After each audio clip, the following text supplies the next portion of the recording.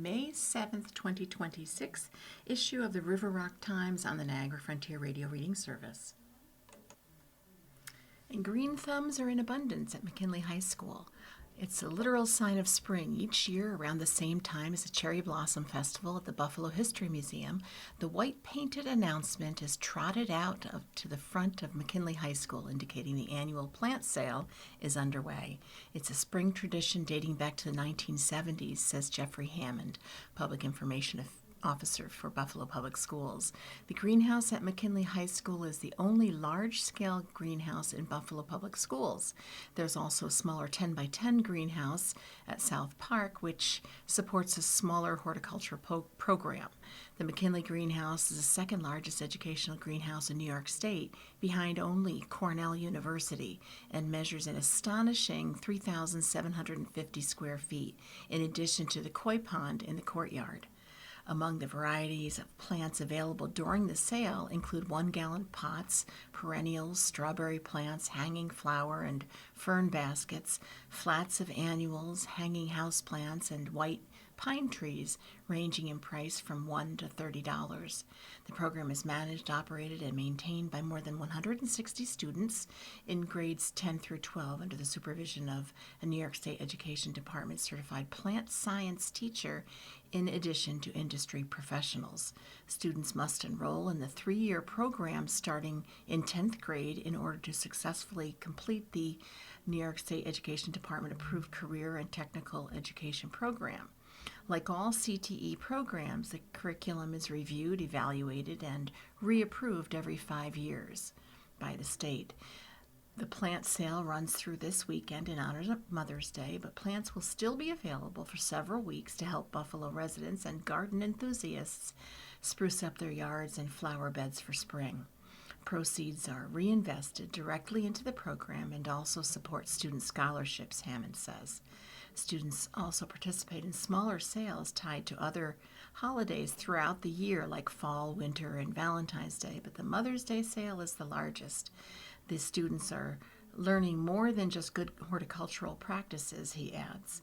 The sale serves as an instructional capstone. Students receive hands-on experience in marketing, sales, customer service, and basic business management, helping prepare them for the real-world employment. The sale is open to the public from 8:30 until 3, Monday through Friday. And Golenbeck says mayor's budget proposal has 25% increase on garbage fees, too. During Monday evening's Believe in Black Rock meeting, the North District Council member Joe Golenbeck let those in attendance in on a little secret. The proposed budget for the city of Buffalo not only includes a proposed 25% increase in the tax rate, but a 25% increase in garbage fees as well. The rate would apply to all 3 tiers of blue garbage totes, he confirmed, but it would not apply to the green recycling totes. If a person is currently paying $200 for their 35-gallon garbage tote, the proposed rate would be $250. A $250 bill for a 65-gallon tote would go up to $312.50, and a current $300 bill for a 95-gallon tote will go up to $375 when the new budget goes into effect on July 1st.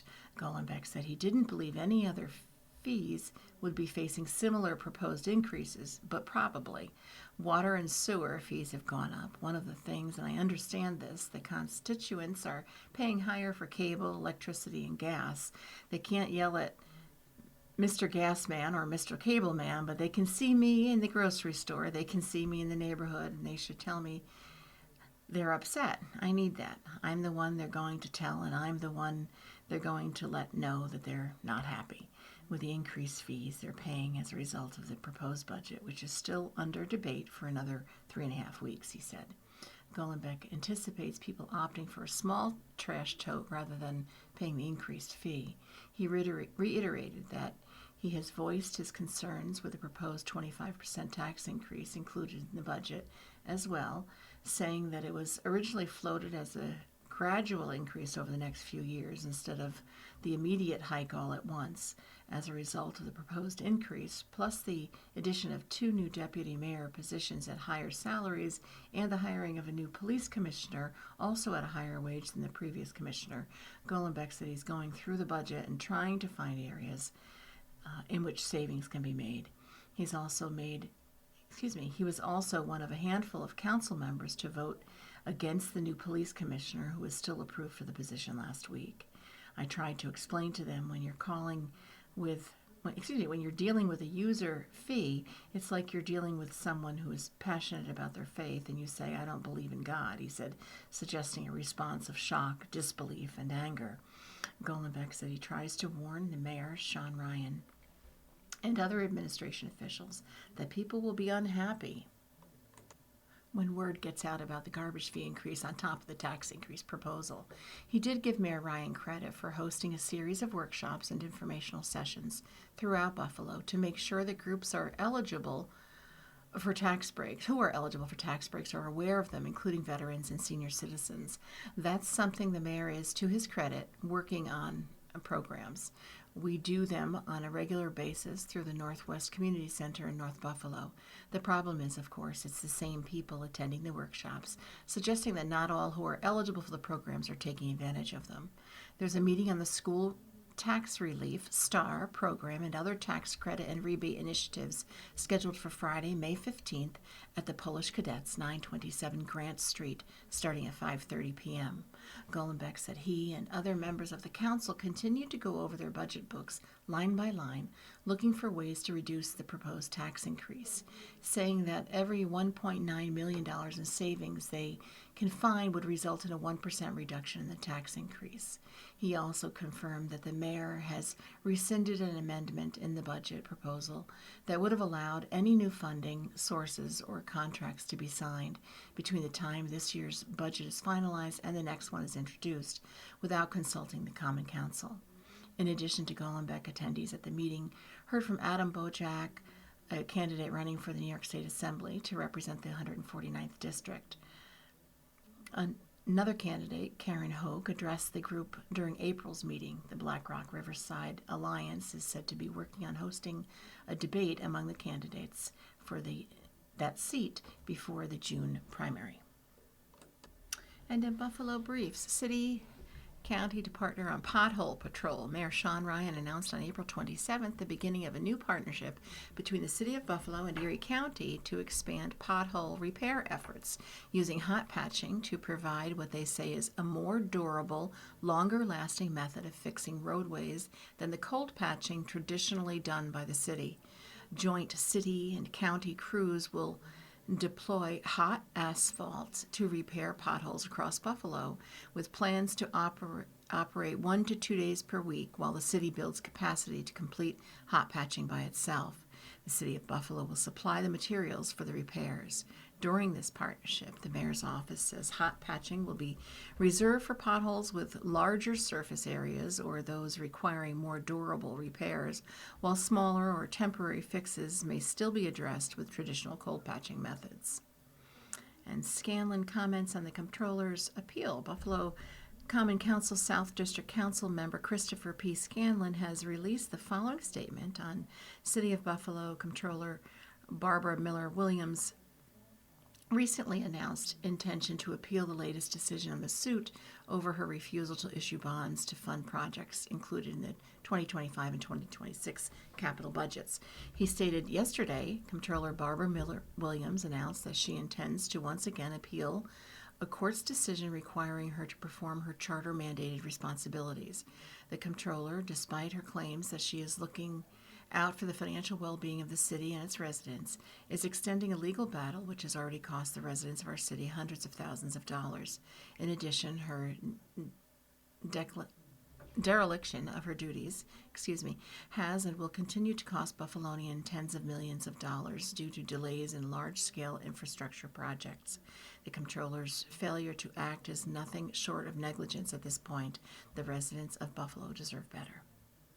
And Hill to receive Woman of Distinction Award. New York State Assemblyman Bill Conrad announced May 1st the finalists for the 140th District's 2026 Woman of Distinction Award, for which Conrad sought nominations through Women's History Month, observed annually in March. The Twin Cities, town of Tonawanda, village of Kenmore, and North Buffalo are home to so many accomplished, awe-inspiring women, Conrad said. It is my honor to receive our community's nominations and to help share the winners' contributions with this Assembly District and my colleagues in Albany. This year, the chosen honoree is Julie Hill, a youth mental health advocate. She is a 10-year veteran of Mental Health Advocates of Western New York, a nonprofit organization of specialists who provide fellowship programs, free legal help with civil matters, and court-appointed advocates, family and work support, early intervention and prevention services for youngsters, treatment referrals, and more. Hill serves as a youth peer advocate, YPA, using her lived experience with mental health challenges to help children and young adults aged 9 to 26. She is known for an amazing ability to connect with young people, as well as generously offering her leadership and mentorship for the benefit of the YPA program. She was nominated by Nicole Shields, Mental Health Advocates of Western New York's Director of Peer Support. Julie shows high passion, integrity, grit, and determination in her work, Shields wrote. The work she does changes lives. It gives hope and ensures the youth know that they are not alone in their struggles. A graduate of Kenmore West High School, Hill lives in North Buffalo. Conrad will personally present the award to her this summer. And walking tours of the River Line are announced. Friends of the River Line, the organization advocating for development of the former DL&W corridor owned by the Niagara Frontier Transportation Authority, will lead walking tours to share the vision for the proposed nature trail and greenway to the general public. The tours, which are free, will be led by Jeff Kebsack, the executive director of Friends of the River Line. Tours of the Dell, the section of the River Line in the old First Ward, will begin at 5:30 p.m. and start at the corner of Louisiana Street and Miami Street. The tours are scheduled for the second Thursdays in May through October, so those dates are May 14th, June 11th, July 9th, August 13th, September 10th, and October 8th. Tours of the Basswoods, the section of the River Line in the valley, will begin at 5:30 p.m. and start at the Red Jacket Riverfront Natural Habitat Park at the foot of Smith Street. These tours are scheduled for the first Wednesdays in May through October, those dates being May 6th, June 3rd, July 1st, August 5th, September 2nd, and October 7th. Pre-registration is required for the tours and is available at theriverline.org. You are listening to a reading of articles and features from the River Rock Times on the Niagara Frontier Radio Reading Service. And bird migration is focus of the Migratory May presentation. Lights Out, the Need for Dark Skies is a lecture by Jay Burney, kicked off Migratory May in North District Burney, a founder of Birds on Niagara, and who is involved in numerous conservation groups. He spoke May 5th at the Black Rock Harbor Center, 52 Amherst Street. Burney said May 3rd to 5th is a prime migratory time of the Niagara region.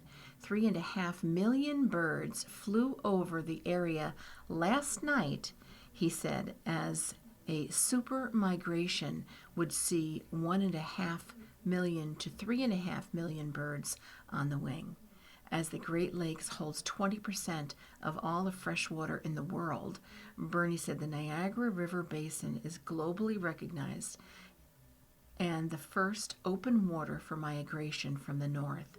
He noted areas of concern, including birds losing habitat to intense development over the watershed area, natural occurrences such as fog, the disappearance of food supplies, and birds impacted by man-made light sources. Burney noted that unnatural light started in Buffalo in 1901 at the Pan Am Exposition. Currently, he says there's a group in Canada that lays out all the birds killed by night lights and flying into buildings. The number is disturbingly large. New York State, he said, has a policy that all state buildings, parks, etc. must have lights out from 11 p.m. to dawn, which does help. Burney spoke of the importance of educating children and that efforts like Lights Out at Night is a start. He also mentioned Edward Wilson, a biologist who wrote Half Earth, promoting the plan 30 by 30, 30% of land and water protected as wild by 2030. Migratory May events continue with presentations at the Black Rock Harbor Center at 6:30 p.m. BRR Alliance Executive Director Ann McCooey will share helpful tips and ways to create bird-friendly environments in neighborhoods and backyards on Tuesday, May 12th. New York State DEC wildlife biologist Connie Adams will wrap up the series on Tuesday, May 19th, with a presentation on the birds that help make the Niagara River a designated important bird and biodiversity area and a prime area for bird watching and ecotourism. And Buffalo Creative Workshop aims to bring artists of all genres together on the second floor of the massive brick building where mechanics and specialized tradesmen used to assemble and design cars that were works of art on four wheels. Tom Stalinsky is creating a world where designers, artists, actors, writers, poets, card game enthusiasts, and performers of all kinds can gather together to make the world a little more beautiful. From its grand opening last June, Buffalo Creative Workshop at 255 Great Arrow Avenue, Suite 205, is a massive blank canvas. On a recent visit, blue sequined curtains descended from metal tubes to establish a performance space, while in a distant corner an engraving and embossing machine inscribed a message on a timber, a leftover project from a school visit earlier that morning. Cabinets are stuffed to bursting with art supplies, markers, crayons, paints, paper of all grades, and one wall shows the leftover writing advice from a workshop given by a professor from SUNY Fredonia on how stories have shapes and how to determine which one is the best for the story at hand. It's taken a lot of time to develop. Making sure people know we exist is the hardest thing, but you can say that for everybody who opens a business, Stalinsky said. Competing for attention in the social media age is terrible, and I can't explain this place in 2 seconds.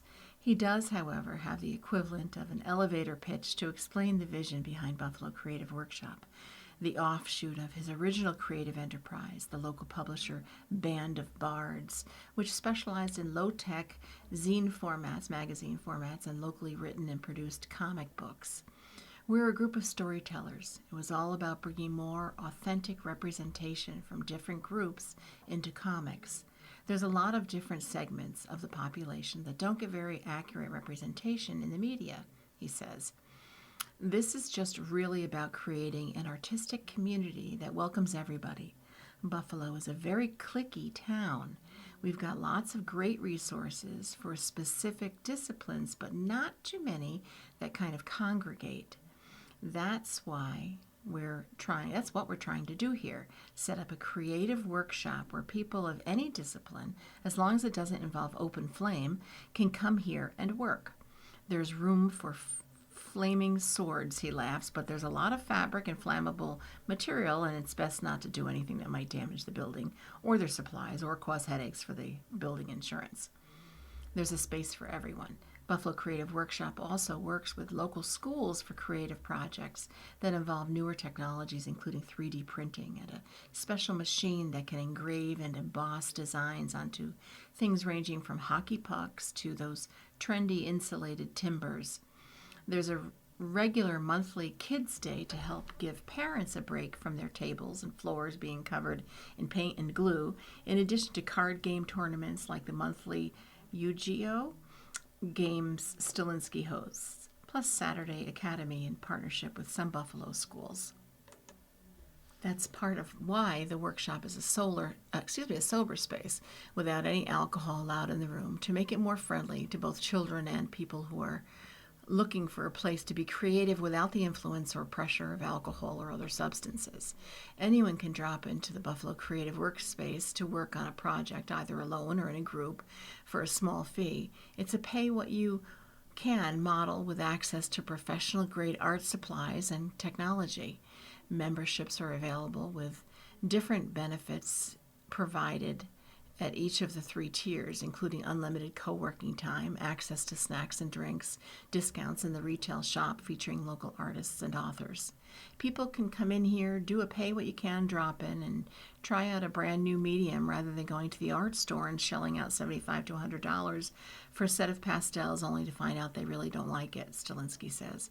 People who buy memberships at the $75 and up level can also access special wholesale pricing deals for any art supplies that they've tried out and want to buy for their home use. You can save yourself a lot of money coming here. If you don't like what you try, cool. Or if you like what you try, cool. I can order it and sell it to you. He also encourages people to check out monthly calendar to see what classes are coming up. A quick glance at May's calendar shows a series of different Workshop Wednesday offerings, ranging from crafts on May 13th and comics on May 20th, to a writing workshop on May 27th. There are no restrictions on the genre or kind of craft or story participants want to work on. These workshop nights are meant to bring people together who have a common interest, giving them a chance to work in a friendly and collaborative setting, maybe even picking up some tips and tricks or new inspiration from someone else with a similar project. The 4th Thursday of each month is an open mic night to allow people to try out their performance pieces, from singing to poetry to monologues. There's even a monthly drag show from Buffalo's drag royalty in conjunction with Rookie Nights out of the Hot Mama's Canteen on Military Road. He's also starting a watercolor painting class in May, and is open to suggestions on other kinds of instructional events to host. A talented artist himself, if there's a kind of art someone wants to know more about and Stilinski isn't well versed, odds are good he knows someone who is. Trying to get the word out to help bring creative people together in a large space is challenging. Stilinski is using Buffalo Creative Workshop Instagram account to build community and draw more attention to the offerings at the space, but he's also launched a GoFundMe, not just to help cover his rent expenses, but to support memberships for people who might not be able to afford them. This year we decided to do one that would raise money to pay for 20 full-year master level memberships. That's the top tier membership, going for $125. If you're looking to support people coming in, what it does is allows us to donate that year-long membership to a local artist. We actually got our first person who put their name on the list come in the other day to check out the place, an artist who makes his own rugs and will be setting up in the textiles corner of the workspace a few days a week and working on his projects. The GoFundMe has a goal of raising $25,000, with every 5% of that goal supporting another year-long membership. Membership also comes with 4 free hours each month to host an event or to use the space privately for a party, art showing, or other events. I also make them their own custom smock, Stilinski said. There's a lot of benefit to it that's designed to help drive down the costs of making art. Financial barriers keep so many people from doing something or starting something, and that's terrible. The money pledged through the GoFundMe also does help Stilinski keep his operation alive, something he's been funding himself for the past year. There's so many great small businesses that are awesome, but they go out of business because they just didn't have enough time to turn a corner and become financially stable, he says. Through the GoFundMe and a stronger presence on social media, he's hoping to give other artists and himself a little more runway for the entrepreneurial adventures to take flight. For more information on Buffalo Creative Workshop, visit www.buffalocreativeworkshop.com. The county clerk is concerned over property tax hike. Erie County Clerk Mickey Kearns, a former Buffalo councilman, told WBEN listeners he's concerned about the impact of a Buffalo property tax hike on county property tax payments, especially by residents who are behind on payments. Kearns said it's nearly $10 million and Erie County does not have a payment plan. So if you get behind on your taxes, you do not get a payment plan until you go into foreclosure. And once you go into foreclosure, for many people, that's going to be difficult. When you get behind, you're paying the 18% interest rate. What concerns me is that you have a 25% increase. and I've met with some of the Buffalo Common Council members and did express this to them, that it's very concerning. That number is growing exponentially, but 18% when you're behind on your taxes. Now with that 25% city property tax increase, we would be facing a catastrophic foreclosure on many people, especially in our African American communities, many of our Hispanic communities, and really any community where they can lose generational wealth. And finally, a couple of events. Thursday, May 14th, Design and Symbolism, the Beauty of Forest Lawn.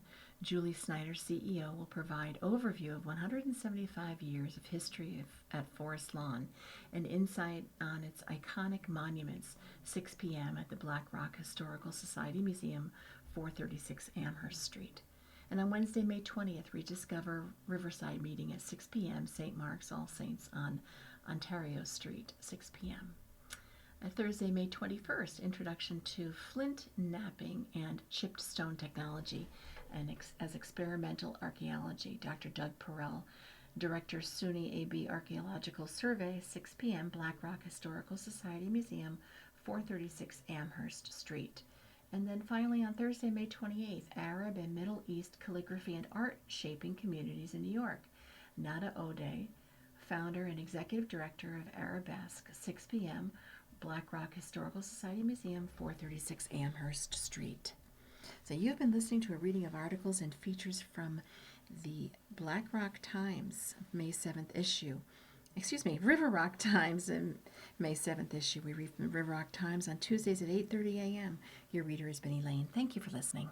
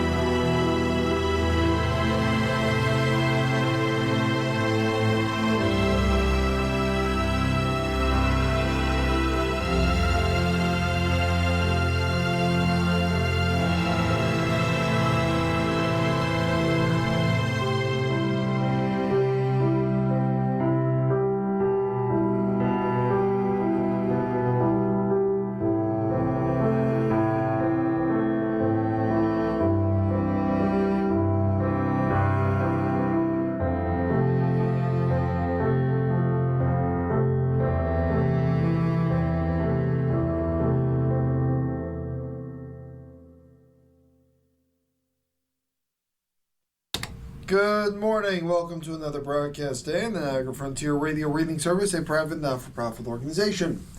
Radio Reading Volunteers broadcast daily readings of newspapers, magazines, and books to area blind and handicapped persons who are provided reading radios. Our phone number here is area code 716-821-5555. Our agency's website is nfradioreading.org. Please feel free to contact us with your comments, suggestions, or any questions you may have. And please stay with us. Our Reading Buffalo News is coming up next. And this program is intended for listeners